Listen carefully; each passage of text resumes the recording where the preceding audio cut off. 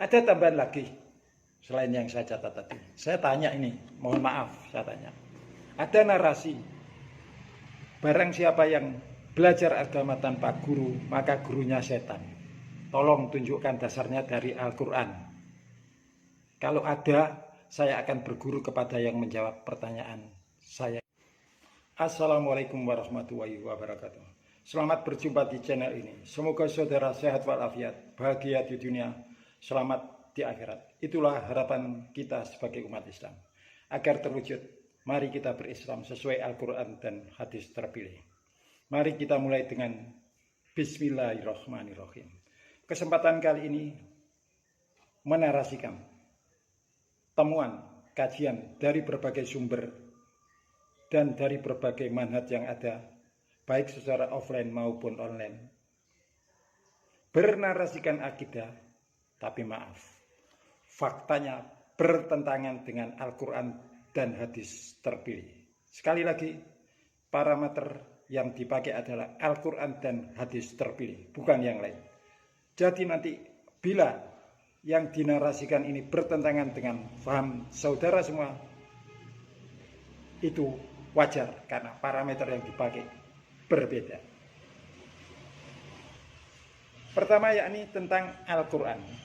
Dinarasikan tidak mampu menjelaskan semua aspek kebutuhan kehidupan yang diperlukan manusia.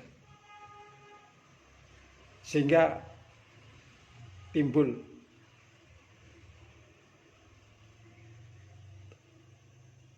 narasi perintah sholat tidak terdapat dalam Al-Quran dan jadi trending topik. Kedua, Siratal Mustaqim dinarasikan merupakan jembatan yang menghubungkan ke surga, di bawahnya ada neraka. Barang siapa yang berhasil sampai ke surga dan yang gagal terpelanting ke neraka.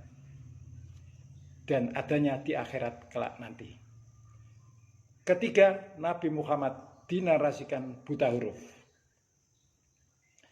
Kedua, orang tua Nabi Muhammad meninggal kondisi kafir dan di neraka.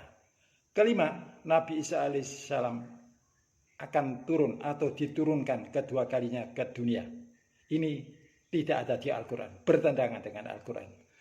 Perintah sholat diterima saat Isra Mi'raj, tidak sesuai Al-Quran. Wanita banyak menghuni neraka. Nanti kita cek apakah benar sesuai Al-Quran.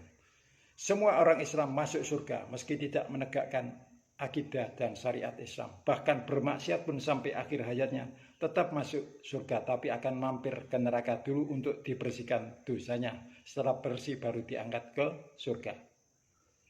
Ini adalah salah satu hadis yang dipakai dasar oleh penceramah dari semua manhaj dan atau ormas Islam yang ada, bahwa umat Islam yang meninggal kondisi berdosa dan belum tobat tetap masuk surga. Mari kita simak dengan seksama.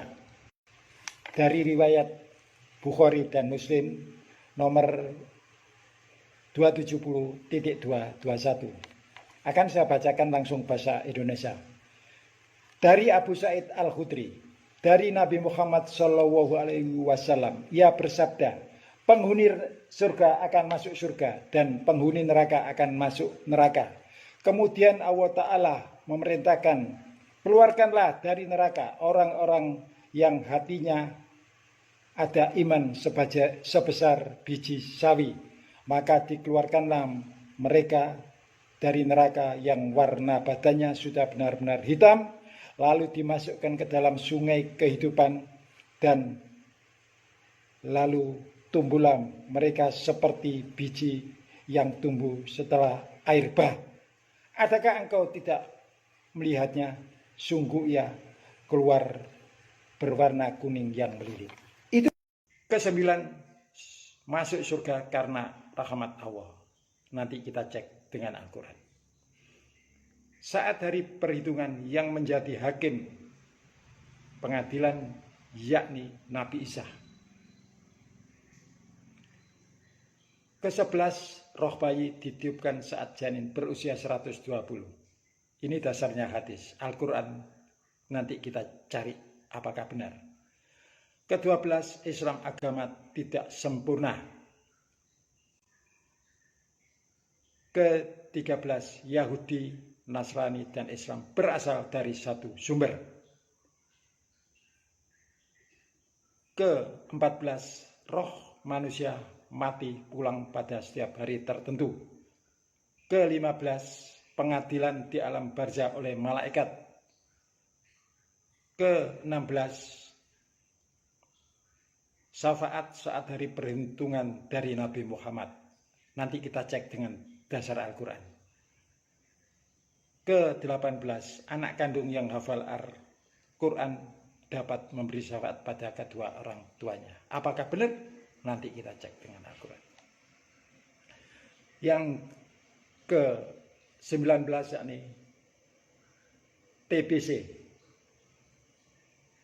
Kita cek nanti dengan Al-Quran. Apakah selaras atau sejalan dengan Al-Quran dan hadis terpilih. Dengan rincian,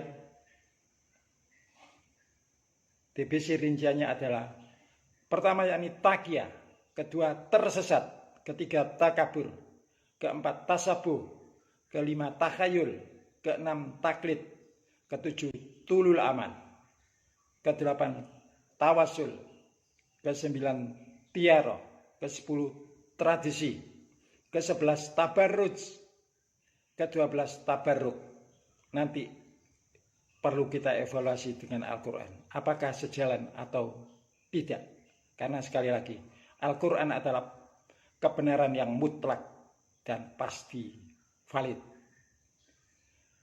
Yang B dan C, maaf, kebodohan dan bid'ah serta khurafat. Itulah rinciannya. Ada tambahan lagi selain yang saya catat tadi. Saya tanya ini, mohon maaf saya tanya. Ada narasi, barang siapa yang belajar agama tanpa guru, maka gurunya setan. Tolong tunjukkan dasarnya dari Al-Quran. Kalau ada, saya akan berguru kepada yang menjawab pertanyaan saya ini. Narasi lagi yang berikutnya yang saya terima yakni, belajar agama harus berguru kepada yang bersanad sampai pada Rasulullah. Tolong tunjukkan dasarnya dari Al-Quran. Dan tolong tunjukkan buktinya bahwa yang menarasikan ini telah berguru kepada orang yang bersanad sampai pada Rasulullah dengan bukti sertifikat sebagai dokumen resminya, bukan sekadar narasi doang. Dan ini yang menjadi temuan saya terakhir, yakni tentang adanya faham atau kelompok yang mengagung-agungkan garis keturunan dari Nabi Muhammad. Tolong tunjukkan dasarnya. Apakah garis keturunan Nabi Muhammad itu dapat garansi privilege masuk surga? Silakan cek Quran surat 23 ayat 101. Mohon maaf sekali lagi. Bila nanti ada perbedaan antara yang dinarasikan ini dengan faham saudara, itu karena ada perbedaan parameter. Narasi ini dasarnya Al-Quran dan hadis terpilih, sehingga potensi untuk bedanya sangat tinggi. Untuk itu mohon bisa menerima kondisi ini. Inilah yang bisa saya narasikan. Semoga bermanfaat. Wassalamualaikum warahmatullahi wabarakatuh.